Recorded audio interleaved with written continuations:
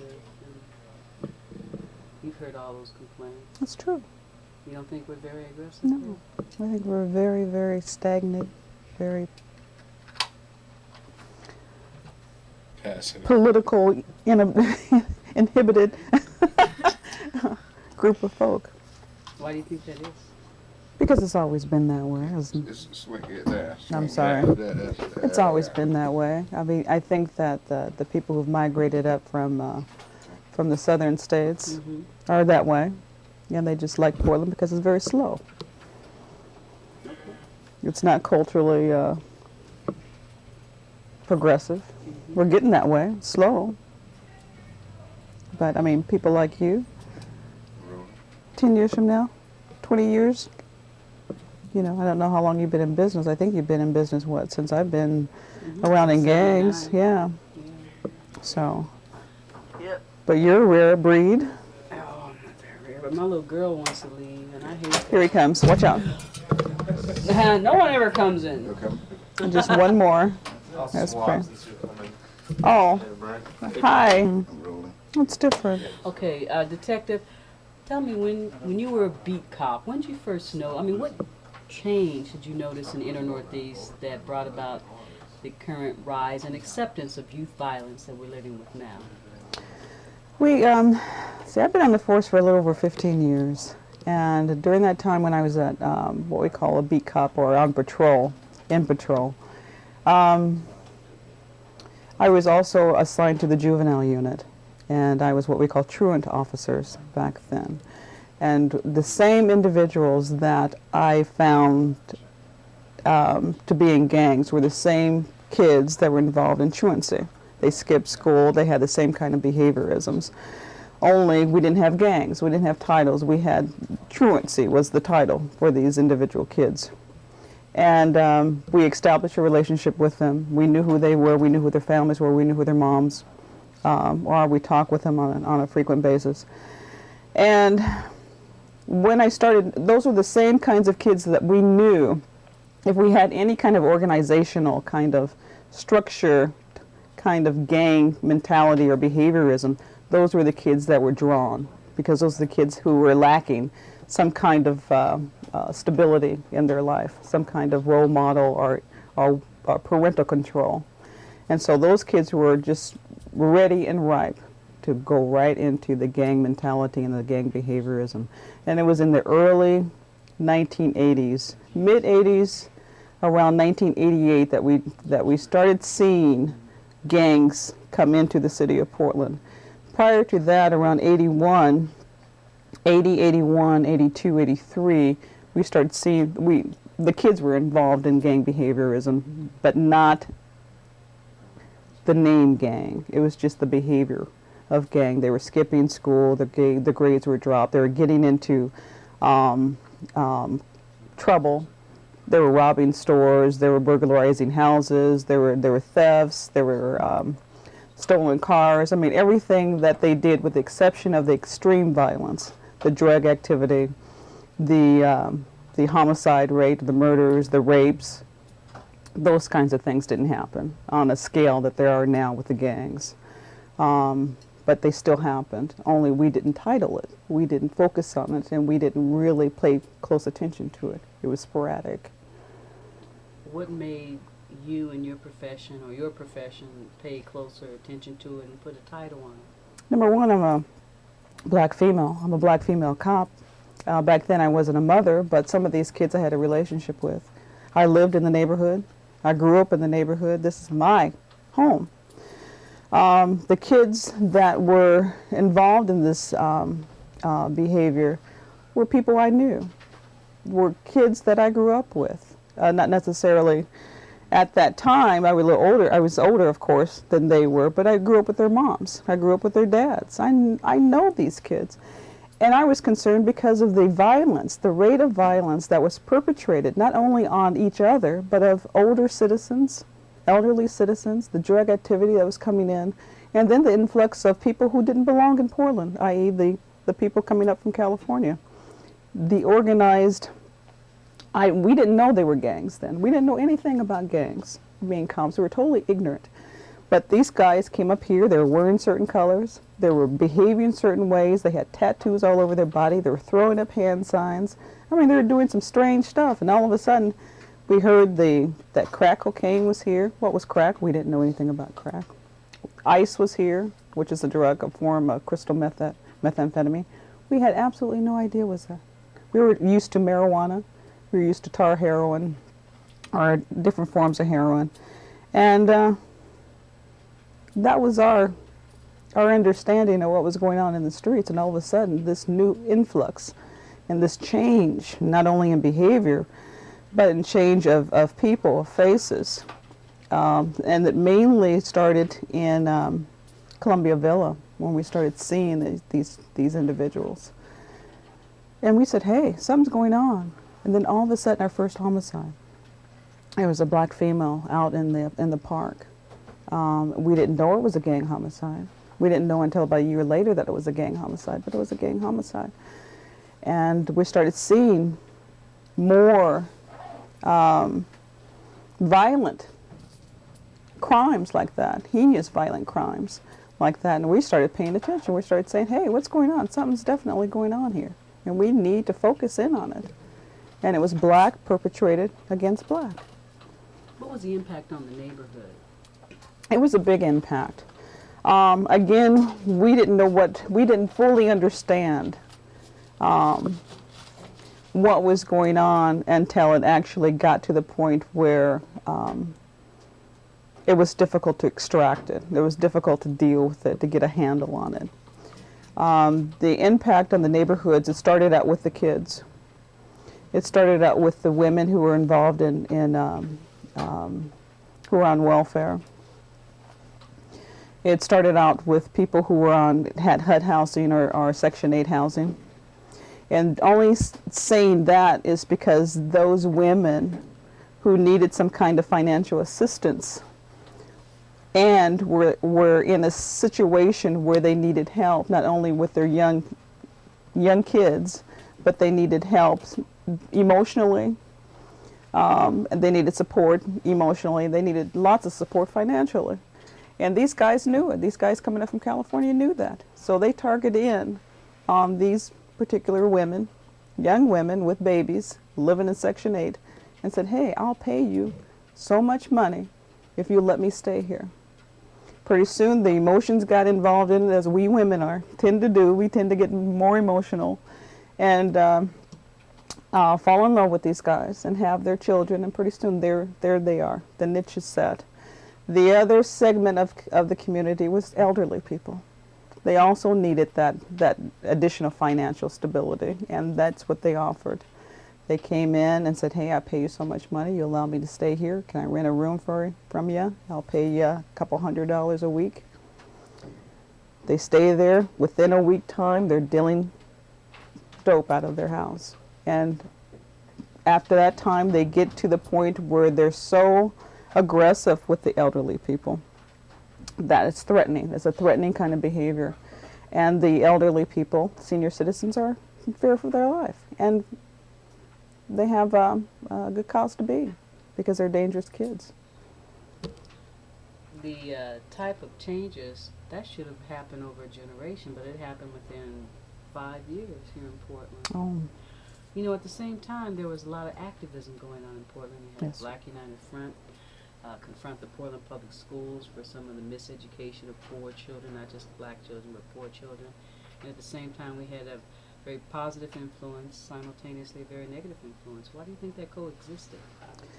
Because I think the positive influence, the Black United Front and the rest of the organizations that were geared toward creating a better atmosphere for kids in schools and communities, and we were so focused on a certain segment of the government, of changing, having them change the environment for us. You have to do this, you have to do that. Whereas what was happening on the streets, we're dealing with a completely different element. We need to deal with the families. We need to deal with that segment of society that is our own communities, our own families, our own cousins and brothers and sisters. And we didn't do that. We wanted the government to fix it for us. We can't allow the government to fix something that we created, meaning that this is our own. We have to have ownership on this. And so therefore we needed to. They were always focused on the school systems and the city government and the state government and the federal government to come and allocate monies and fix this stuff. And monies never fix anything. They really don't. They pacify, they band-aid. It's a band-aid approach, but it doesn't really get to the core problem.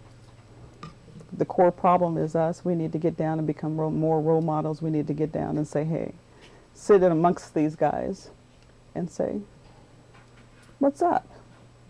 What can I do?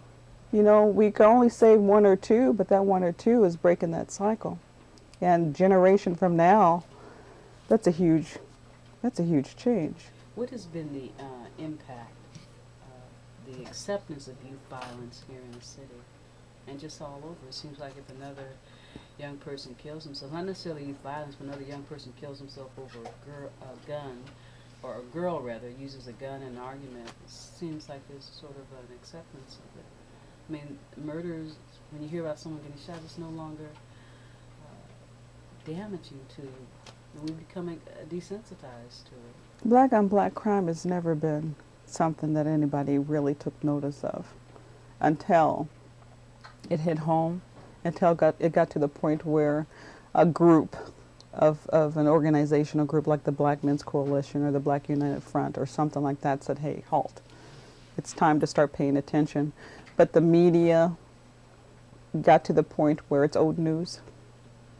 Nothing else. I mean, this is old news. Give us something that's new. Gangs were new back when it first started, so therefore it was always in the paper. It was always newsworthy. Black on black crime, because of the kinds of crime, in addition to the drug activity, the escalation of the drug activity level, and how it impacted the communities was newsworthy back then. Now it's still happening. We're still having murders.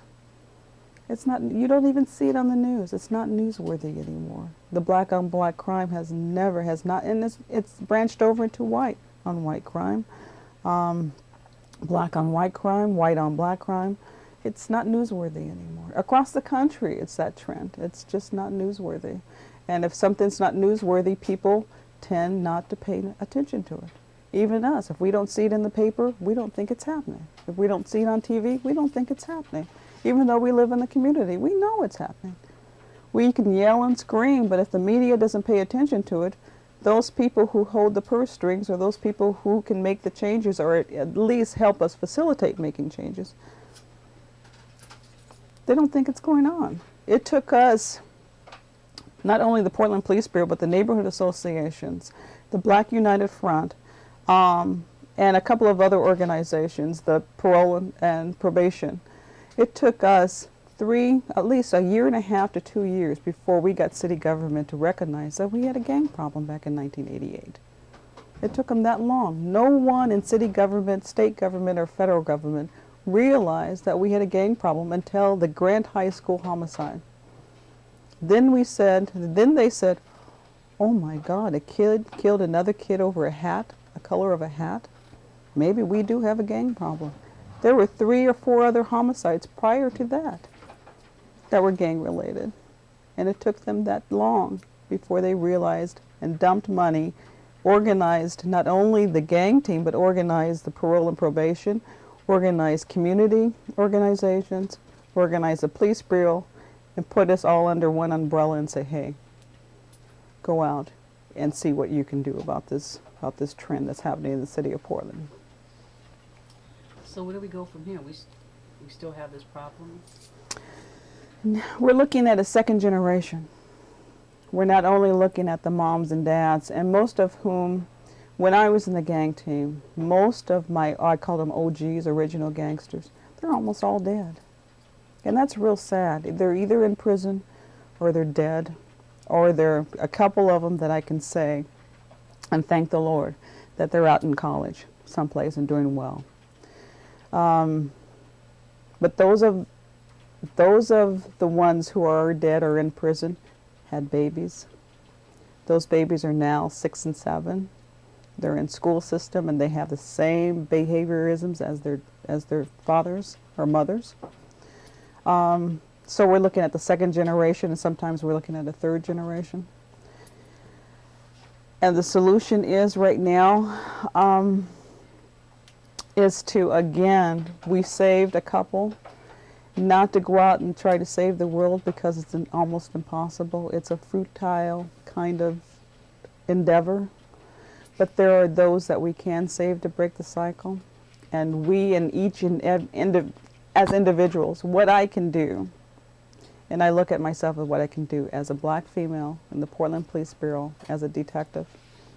What can you do? And the only thing that I can do is to continue to do what I've been doing, that is to go out and see if I can role model for 1 or 2 or 3 of those kids who are gang affected out there.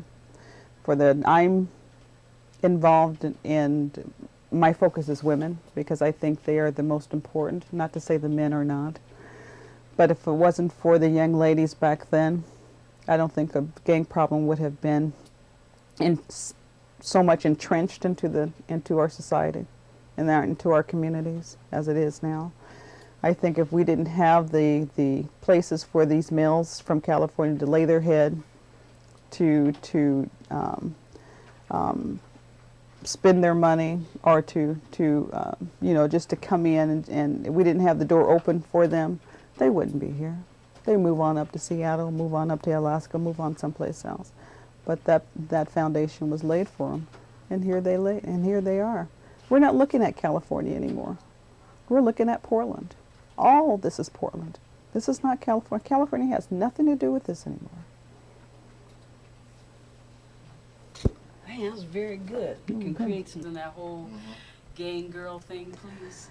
I met Loretta Rogers when she was involved in gangs. She was the girl part of the gangs, and we called the girl was the girl gangs. Girls involved in gangs were just then separating themselves and evolving into a gang, and they were calling themselves the Bloodettes or the Cripettes. Loretta was very involved. She liked to run with the guys. Usually the guys wouldn't allow the girls to run with them, do their, what they call dirt, meaning they go out and do their criminal activity. Loretta was driving the vehicle when there happened to be a drive-by shooting where a kid got shot. Loretta they were all arrested. I testified against Loretta. She was 16 at the time. We got her remanded to adult court. She was the very first female to be tried, convicted, and sent to prison behind a gang violent act. When I was testifying against Loretta, she was crying, and I looked at this young lady who was 16 years old, and I says, "Oh my God, what have I done?" You know, looking at the act, going out there and looking at the crime scene, and thinking about the violence between how these kids commit these violent acts against one another. And then looking at them in a completely different hue, looking at them in a completely different environment. As she was crying in court, I saw a 16-year-old child. I saw an 8-year-old child. You know, she wasn't even 16, she was 8. She had absolutely no idea what she did. But yet the other part of me is saying that if she was still in that lifestyle, she would do it again and again and again, and it needed to be stopped. Not necessarily to say that prison will stop it, because it won't. We will stop it. Each and every one of us will stop it. We're the only answer that these kids have. Prison's not the answer. Juvenile court's not the answer. Me being a cop is not the answer. You know, me being a parent and a good role model is the answer, or a good community member is the answer. But, you know, and I think maybe that's a solution to this problem. We tend to get so wrapped up in our own issues, wrapped up in our own lives, and we tend not to have time. And we don't have time, but we have to make time. And that's easy to say. It's easy for me to sit here and say, because I don't have time. I have 2 little ones. I'm married. I have a job that takes up majority of my time. I have a family that takes up the other half of my time. So what other time do I have to commit to the community? but I have to make time somewhere down the line. There has to be that commitment. Otherwise, all we talk about is a dead issue. It doesn't mean anything. We can talk and rationalize and intellectualize all we want, but it don't mean a thing. It really doesn't. And I feel real sorry. I truly hope Loretta is doing well. I hope that she has realized that what she's had in the past and learned from what she's done in the past to make her a better woman in the future. And hopefully, if she has changed, and hope she has changed, I hope deep down in my heart that she will help the next woman who has been in that same situation and say, hey, I've been there, done that, don't work. Let me lead you into a different pathway, which is a good one. Thank you. That was perfect. Now, Detective, we can get some shots of you on the phone, right? You know, speaking to him one day. Oh, that would be wonderful. I would like to talk to Loretta if she wants to talk to me. Well, that's a good indication whether or not this young woman has changed. Yeah. Wouldn't it? Yeah, it would be. She can look in your face and say, I hate you, or I appreciate what you had to do. Mm-hmm. I was a bad person, and blah, blah, blah. Yeah. Oh, you talked about the murders at Grand High School. Was that the Califano?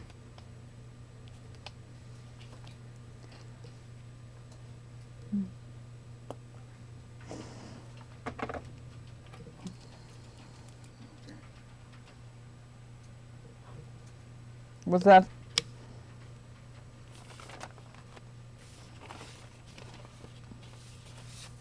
We won't use the word incessantly.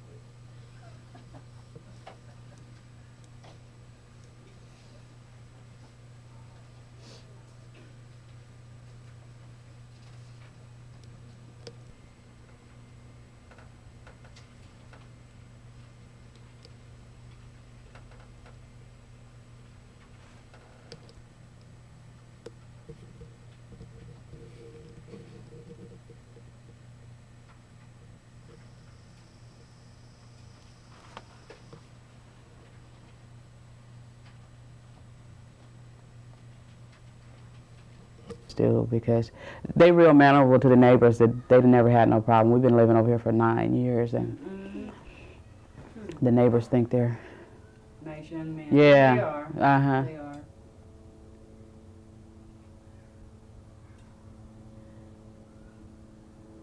You don't have your earplug?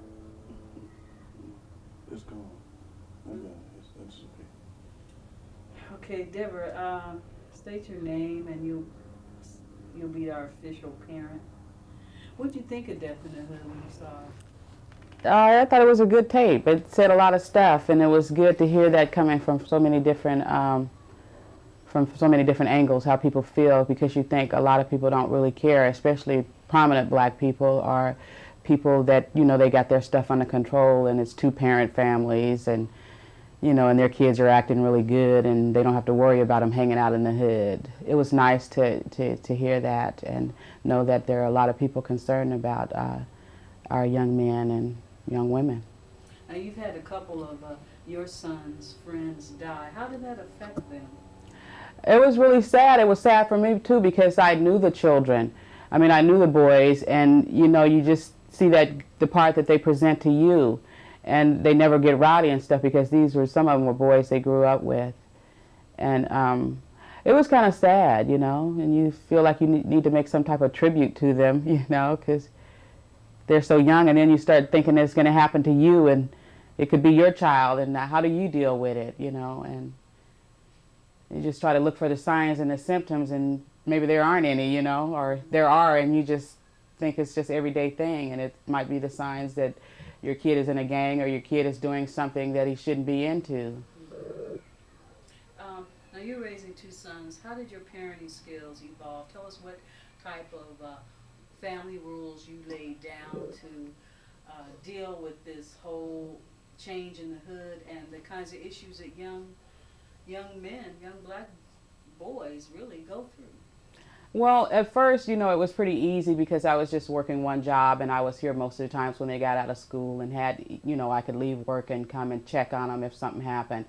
And then I started working 2 jobs, and it's like I had to start trying to, you know, see, like, where are you guys when I'm not here? And like, they'd have a lot of kids over. And I was thinking, like, no, you can't have this many kids in the house at one time, even if I'm here. I just had to limit the amount of children, boys that I was letting in the house, boys and girls that I was letting in the house at one time. So I put it down to, like, you guys can have 2 friends apiece. And then when they got bigger, I started saying, like, well, maybe you should just kind of like have 1.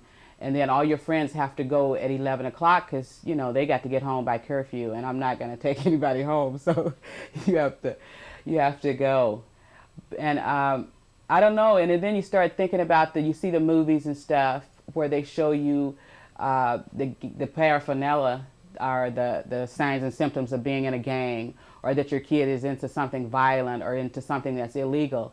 And so what I did was they were coming in late, so I put the bars on the window, and then I went down and I checked through their house, checked through their area. Why you put the bars on the Well, I put the bars on the windows because they were coming in late at night or sneaking out late at night after, you know, like after 12 o'clock. I'm asleep, so instead of going through the front door where you can hear it close, they started going out the basement windows. So I asked them to stop doing that, come to the front door, come home on time. They wouldn't.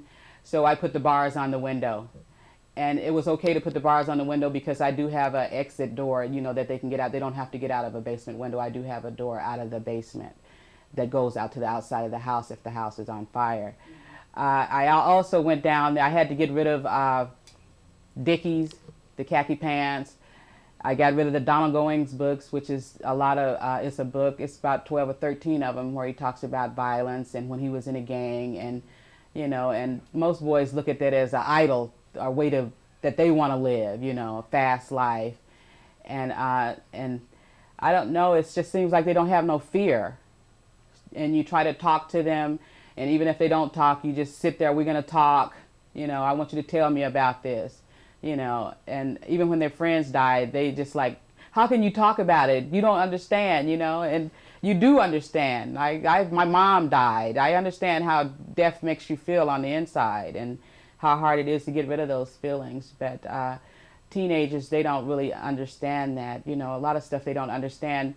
And what I did try to do was make it available to my kids to have counseling, you know, to talk to a psychologist, child psychologist, you know, and tell them how you feel. And if you feel like you can't tell me, talk to a professional, you know.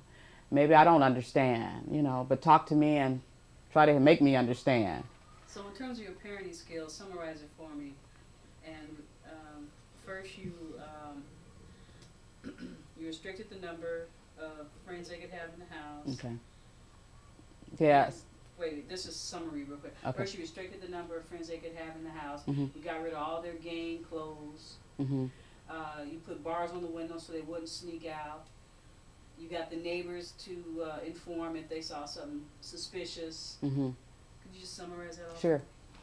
Well, I had to figure out my own ways of parenting my boys because they reflected me and our heritage, our family. So what I did was something so I could be comfortable and make them feel like that, you know, you're still human, that you're not animals in a cage.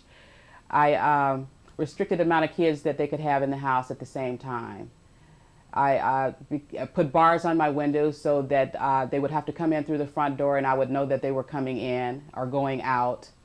I got rid of the gang clothes, the gang literature. I did start listening to rap music so I could hear what they're saying in there, you know, to kind of get a clue of how that age group thinks and what they're saying, and if it's something there that I need to hear that's going to help me. I had the neighbors to start watching my house because a lot of the neighbors are retired, and to see who was going in and out of my house. I would had the school to call and let me know if they were not at school. And I also felt like if they felt like they were involved in some type of peer pressure, that they could have counseling, you know, and that we could try to work something else out about a different school, a different area to be walking in. If they were afraid to walk, I told them that I could drop them off to games and stuff like that. How do you think the peer pressure that they're going through in the 90s differ from the kind of peer pressure we faced in the 60s and the 70s? Boy, it's so violent. Everybody's so violent. I mean, you can't get in an argument without somebody wanting to stab you or shoot you, you know, and you feel like you can't walk. I mean, like, I grew up in the rural South, and we walked for miles and didn't have to worry about anything. With these kids, there's houses and people all around, and you never know who the enemy is, you know. It's just like you're in a war. It seems like things are so much, kids are on their own a lot more now, I think. And a lot of them are kind of like raising themselves. And it's just, I mean, like, you even have to think different. I have to think differently, you know. Like, you might not want your kid, don't shave your head, you know, or don't wear your pants hanging like that. But you know that when we wore the miniskirts and the bell bottoms, our parents didn't want us doing that. So you try to think modern, you try to be with the times and stuff like that. But you still have to draw the line somewhere, you know, like this, what you're doing is against our family values. And you have to let them know that. You have to talk to them, tell them.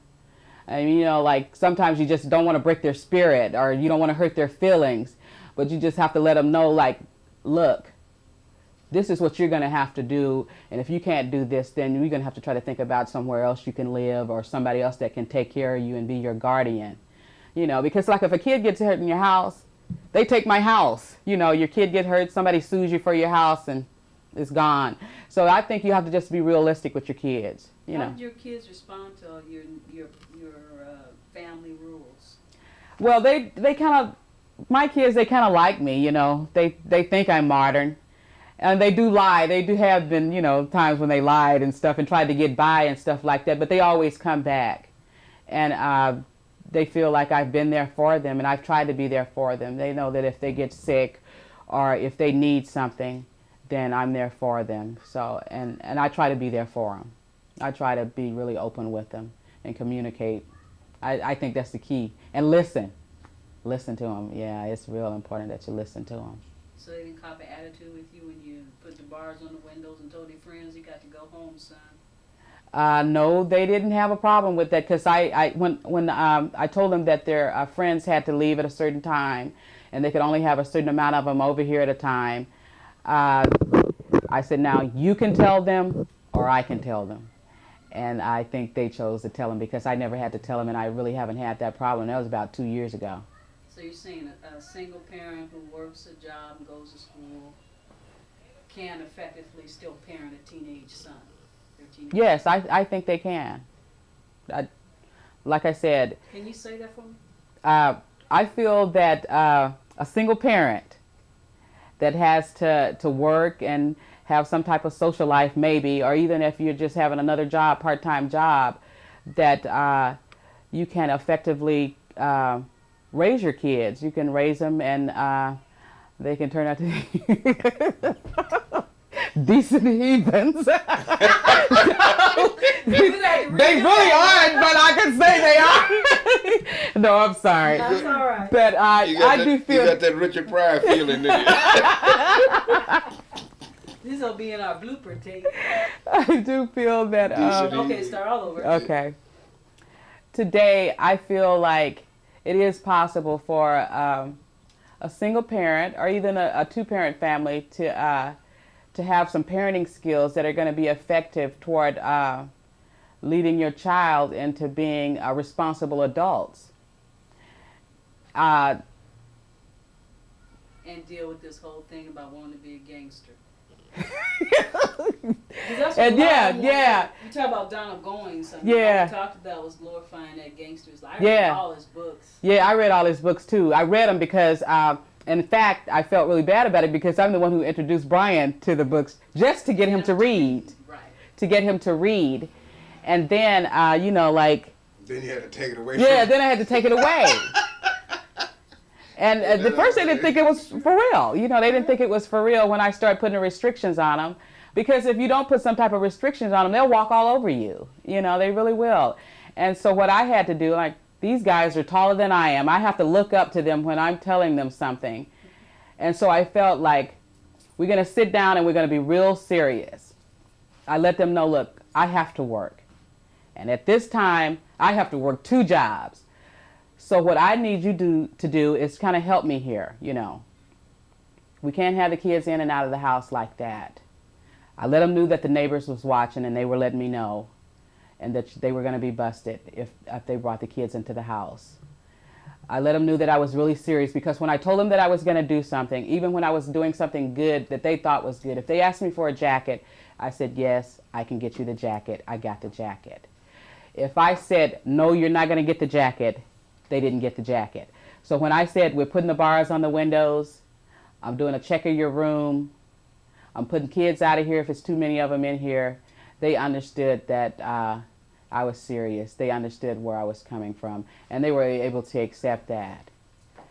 But see, the one thing about my boys, we never had that kind of communication where we argued with you. Like, the worst thing that could happen to them is my hour lecture. They didn't like that. Oh, we're getting punished. We're going to have an hour lecture. You know, and you can talk to them and take away things from them without abusing them, you know, and without breaking their spirit. They were pretty acceptable to the rules that I laid down. They knew this was their home. I bought this house so we could have somewhere and we wouldn't have to be moving every now and then, kicked out of an apartment, or the apartment too small, or, you know, they have to cut their music down. So they respect that. They respect their home, and that was one of the really good things about it, is that they did. And I feel like they still respect me because I respect them.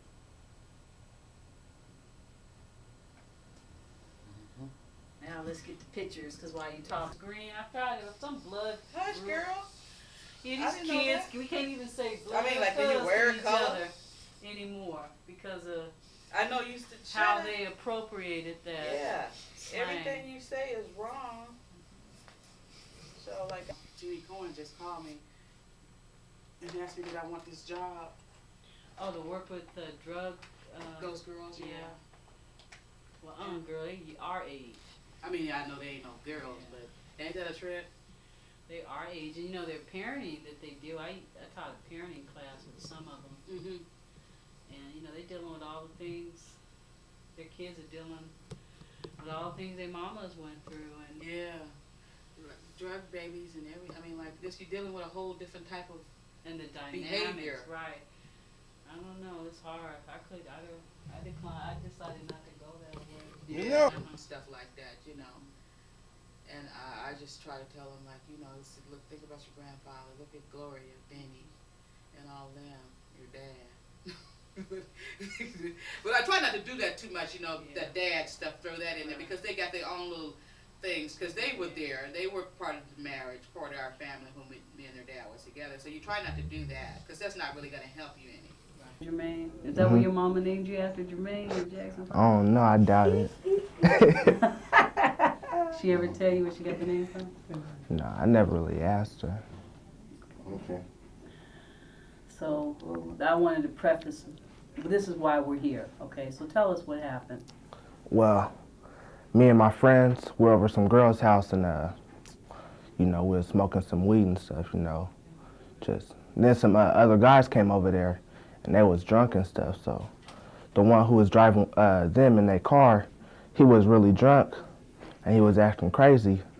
So I was back there, you know what I'm saying, just with my friends, and then dude would start talking crazy to me. So I went outside, and then he attacked me, and I went back inside the house and got a gun, and I kept telling him to leave, but he wouldn't leave. So then, you know what I'm saying, he went out in the parking lot, and I pulled out my gun. I was like, once you leave, man. And they said, oh, you're going to try to kill me. I'm going to kill you then. And I said, just leave, you know what I'm saying? He didn't want to hear it, though. And then he went to his car, he grabbed something, and it just charged me. So I lifted the gun up, and I tried to hit him with it, but it's like he went for the gun, too, and it went off in his face. How'd you feel after when that was going on with you? I How was, was your state of mind? well, I was high for one thing. I was scared, just, you know, shocked. I was shocked after it all happened, you know what I'm saying, when everything was done. But I was sort of, you know, confused. And what'd you do after that? I ran. I took off running, ran to my house, threw the gun away, and then just went home. And then what happened? Then the police came at like 2 o'clock in the morning and arrested me. And so I went to jail, you know what I'm saying? They questioned me, and I told them all what happened. So then I've been locked up ever since. What were you charged With murder. and how much time you face here? Now they dropped the charges to manslaughter, and they gave me 7.5 years. Why didn't you just walk away, Jermaine? I don't know. I just didn't think to walk away. Well, what did you think to do? Just get them out of there, make them leave. Do you think of other ways you could got them to leave? Yeah, I do now, but at the time I didn't. So, you understand his family will never get over it, right? Yeah, And your family will never get over it. And you will never get over it. How does that, knowing that you got, I mean, you're a kid. I got a kid older than, I got children older than you. yeah. At 17, you should be thinking about what color of clothes you're going to wear to school and what girl, the last girl that called you. Here you are. I don't know, I just guess I was too big for my britches, you know what I'm saying? In terms of situational conflicts, what advice could you give other young brothers out there so they won't wind up in here? Just don't mess with guns unless you know you're ready to kill somebody or whatever. So you're saying as soon as you pull that gun out, as soon as you went and got the gun, you made a unconscious effort that you was gonna kill him? Well, I don't think I was, meaning to kill him the whole time, but it's like I really didn't, I cared, but I sort of didn't care because I went and got the gun, so. If you hadn't been high off of weed, now, I don't know, I remember back in the day when we used to smoke herb, and it used to make us hungry and sleepy. You know what I'm saying? Yeah. If you were in the right mind, you think that had something to do with the fact you were high? I think it knocked off my judgment, you know what I'm saying? But I really can't blame it on just the fact that I was smoking weed. It was my behavior with it, too. Any advice to other young men that are listening to this that they gotta learn to walk away? Yeah. Say that. Gotta learn to walk away, Can't be the man all the time. Thomas wanted to ask you a question. Jermaine, what was your history with guns?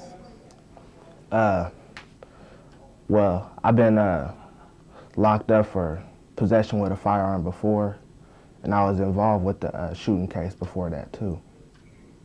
Had you ever had an incident where you had an interaction with a gun and you didn't get arrested or anything? Yeah. Tell me about it. Well, I had a couple guns before, you know what I'm saying, the gun that I did my crime with when I bought them, but I never really just went out shooting at people or nothing like that. So you had prior history with a gun. How come you didn't learn from being locked up with a gun? I mean, wasn't there messages sent to you that you as a young man are not supposed to use a gun? Yeah, I didn't listen to him, though. You were locked up before for possession of a Yeah. juvenile, a minor in possession of a firearm? Yeah. What, okay, so you didn't listen. Why didn't you listen? I don't know, I think when I got locked up before, I think that, you know what I'm saying, that was pretty lenient, you know what I'm saying, just gave me 2 days in jail, and that was it. So I really thought, they don't really care, so. But I know your mama probably, Yeah. mama cared a great deal. Why didn't you listen to her or the other members of your family? Too busy with my friends and with myself, just negative behavior, I guess. Was there anything anyone could have done or said back then that could have prevented you from winding up where you are now? I don't know, to tell the truth. So your friends meant more to you than what your mom and dad? Nah, they didn't mean more to me, but it's just, I thought they did, but I was, just hanging around, you know what I'm saying, just. down the wrong road. That you made for yourself, right? Yeah. Okay, now saying all that, in retrospect, what advice could you give a young man who's had a run-in with the law already, and they probably think they got away with it like you thought, right? Tell us about the Yeah. first time you got locked up. What transpired? What I thought about getting locked up? No, what happened and made you get locked up? Oh, well, I was on Albina and Killingsworth, you know what I'm saying, with a gun and everything, just, you know, walking around and had some, just, you know, just out there hanging out, you know what I'm saying, with a couple of my friends, and the police came and I took off running. So they chased me down and caught me, and so I threw the gun, but they found the gun and had my fingerprints on it, so they... So you was running away from the police? Yeah. Why did you run away from the police? Paranoid. Yeah. And okay, so you run away from the police, and they catch you, and what happens next? They take me over to the Northeast Precinct, then, you know, just, guess they do that little paperwork and ship me off to JDH. And at JDH, did a counselor like Mr. Hardy come and talk to you? And Some lady came and talked to me, but all she really did was ask if I wanted to call my mom. She didn't really say nothing to me. And your mom was very unhappy, I know. Yeah. And what did she say to you? She was crying and stuff, you know, wondering why I got locked up. Why I just keep coming back to jail, because that was my second time, you know, going back to jail. And so she was, you know, sort of hysterical about it. So technically, you're not a virgin in the system. You've been in and out of the juvenile court system many times, right? Yeah, I've been there a couple times. And I guess what I'm trying to determine during your interaction with juvenile court, could anyone have said something to you to change the way your fascination with firearms, or just in terms of changing some of that negative behavior? Could someone have said something to you or done something? What could they have said to?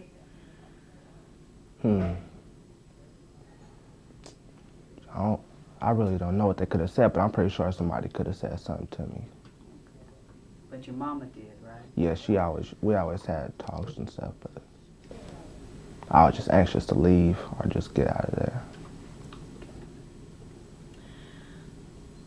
Well, I don't have any other. Do you have any questions for us? No. Okay. Well, just to help summarize, to do it like take two kind of thing, you know, like they do in the movies. Can you tell us what happened? And don't let me talk, because I'm talking too much. I want you to talk a little more, because I know you're not this laid back, right? Can you tell us what happened that got you here? I mean, My crime? Go ahead. Go over it again? Yeah. All right. Me and my friends were over some girl's house, you know, doing drugs. We were smoking weed and stuff, you know, just, guess you could say it was partying or whatever. And then some other guys came over there, and they was, you know, drinking and stuff, and they was pretty much acting crazy from what I thought of it. So the one dude who was with them, this one guy, he was acting real crazy, throwing bottles and stuff at the house. So I went, you know, went to this window and had a few words with him, told me to come outside so he could fight me. So I went outside, and dude, you know what I'm saying, he rushed me, had me in this little bear hug for a little bit, and I got away, ran back in the house, got a gun, and went back outside. So we exchanged a few words, and I pulled a gun out, you know, told him to leave, and he didn't want to hear me, so he just, you know, told me he was going to kill me and all this stuff too, and went to his car, he got a gun. So he just started coming at me and charged me, and I tried to hit him with the gun, but he went for the gun too, and it just went off on him. You shot him in there. Yeah, I shot him in the eye. And how old were you when this happened? 15. And how old was he? He was 19 or 20. That's it, Stan. Let's get Thomas. You want to switch seats with Thomas? Let's hear. Wait. Let me check out. Rolling. Your name and official title. Okay. My name is Thomas Hardy, and I'm the Minority Affairs Coordinator for McLaren, and actually for OYA, but my office site is at McLaren Institution in Woodburn, Oregon. Okay, in terms of the kind of black-on-black situational kind of crimes that Jermaine and a lot of young black men are in, is that typical? And would you preface your statements by saying a lot of the youth black on black crime that's occurred in Portland, Oregon in the last 4 or 5 years, situational crime, blah, blah, blah. Okay. I would say that the over the last 4 or 5 years, the majority of the black on black crime has been situational, meaning that it wasn't intentional. That is, youth going out and looking for another youth to shoot, et cetera, et cetera. Now, those cases do happen, but the majority is a situation where it's a young man who's made poor judgments, there's self-esteem issues, and then he gets a gun, or there's getting some other means of power outside of themselves without the conflict resolution skills, and what results is situational crime. Kids who find themselves in a situation where they resort to violence that does cost someone a life. We find this again and again. The unfortunate part of this is that we have Measure 11 that will not necessarily look at just the individual case and what was the situation. They're going to look at what was the results, and the results will cause mandatory minimum sentences, at the very least of just over 5 years as far as sentence time. And what do you think the impact upon our community will be because of this? We have the victim's family never getting over it, and then we have the perpetrator's family never getting over it. Certainly. And a life change. A life change in an individual is a change in a family. A change in a family is a change in a community. And I do see an impact on our community with the violence, as well as with the sentence guidelines that have come down through Measure 11. I'm at a loss for words here. The results are that we have, certainly as you said, the kid doesn't, he's affected. But when we lock them up as a result of their crime, of the situation, we end up in 5 or 7 years with kids who are back on the streets who are adults now, yet kids in their social skills and experience, but now we want to transition them into adult and work life and independent living. It's going to take a lot of work, and I would like to see as much effort and dollars on the prevention and getting these kids skills and getting them resources in their communities to prevent this, conflict resolution, self-esteem building, groups and information, before they end up in these situational crimes that then lend them to 5 years coming out without the same abilities. In other words, the same lack of resources and skills, which then results in more crime. And I hate to say it, but I believe we may see these same kids back again and again unless we do something. Well, you know we're not going to do anything. The way the tax base is shrinking, there's a sort of a backlash. There's no more, you don't hear a lot about rehabilitation as you do punishment. And as I said, folks would rather spend the money on Head Start than on rehabilitation of a young male.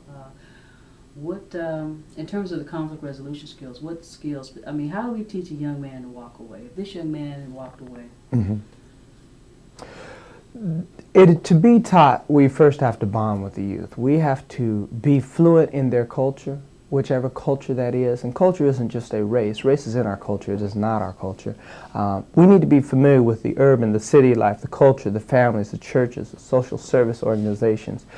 Being there first, validating the experience of the youth, and so that he bonds with you and says, okay, you know where I'm coming from, and I feel you.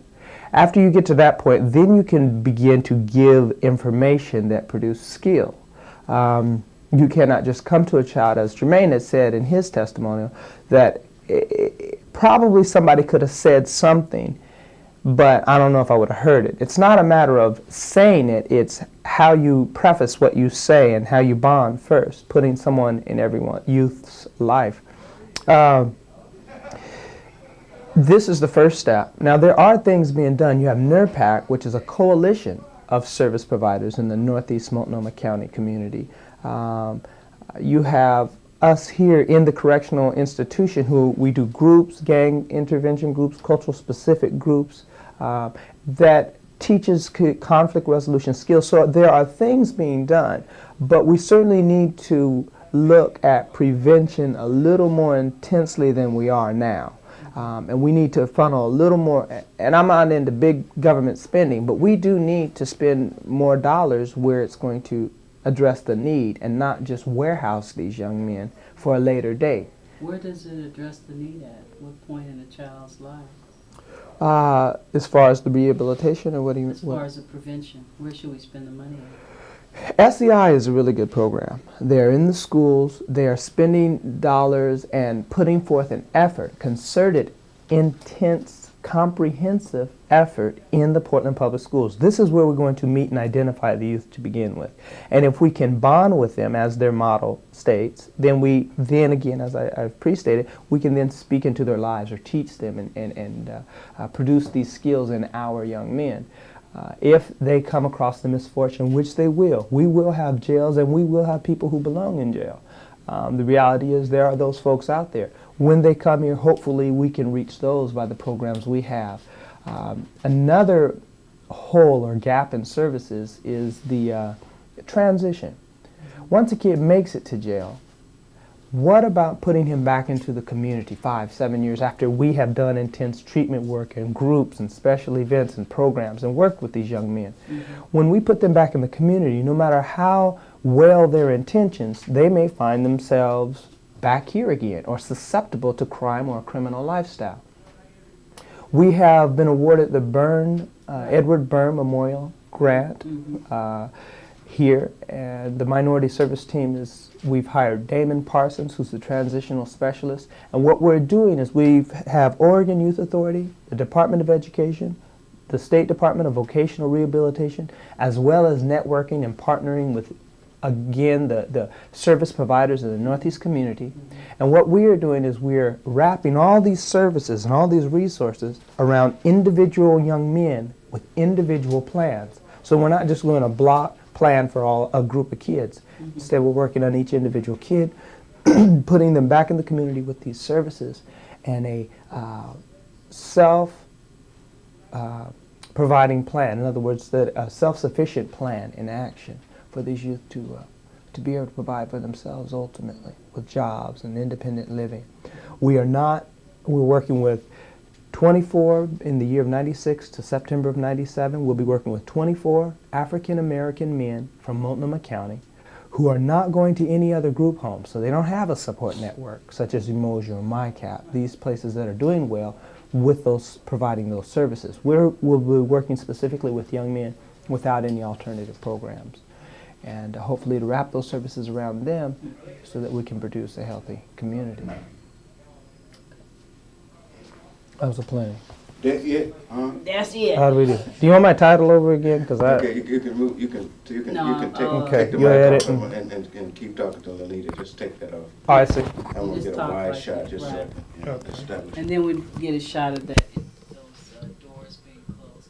Well, did MyCap get that's your residential component? Yeah, and really it's independent of us now. Oh, is it now? It is. That's We not- still feed the youth and we're trying to nurture a relationship, but actually right now we don't. Certain kids are going, I'll get together with Sam, try to redo that. But, I mean, we have a relationship in kind, and so we funnel young men to them. But no, the Byrne Grant came to us, Oregon State, Minority Affairs Division, where Lonnie is now the division manager. He's actually Hispanic, Native American, Asian, and Black are all minority populations. And together. Probably 30, 35. I don't even want to say. I know it's that high in Multnomah County. In Multnomah County specific, it's a real disproportion. It's like 33. I got a minority report. Have all that information. Okay. Okay.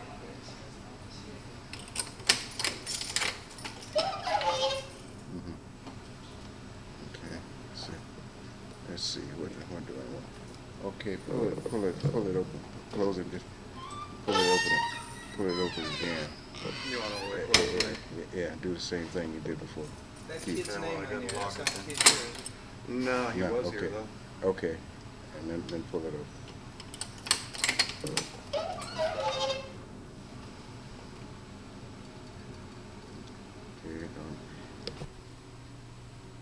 All right, close it.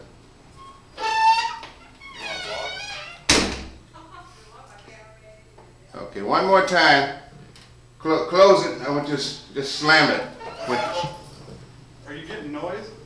Yeah, You get sound? Okay. yeah, slam it.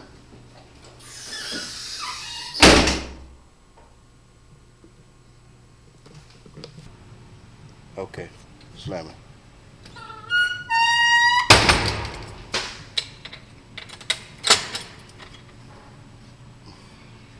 Is it?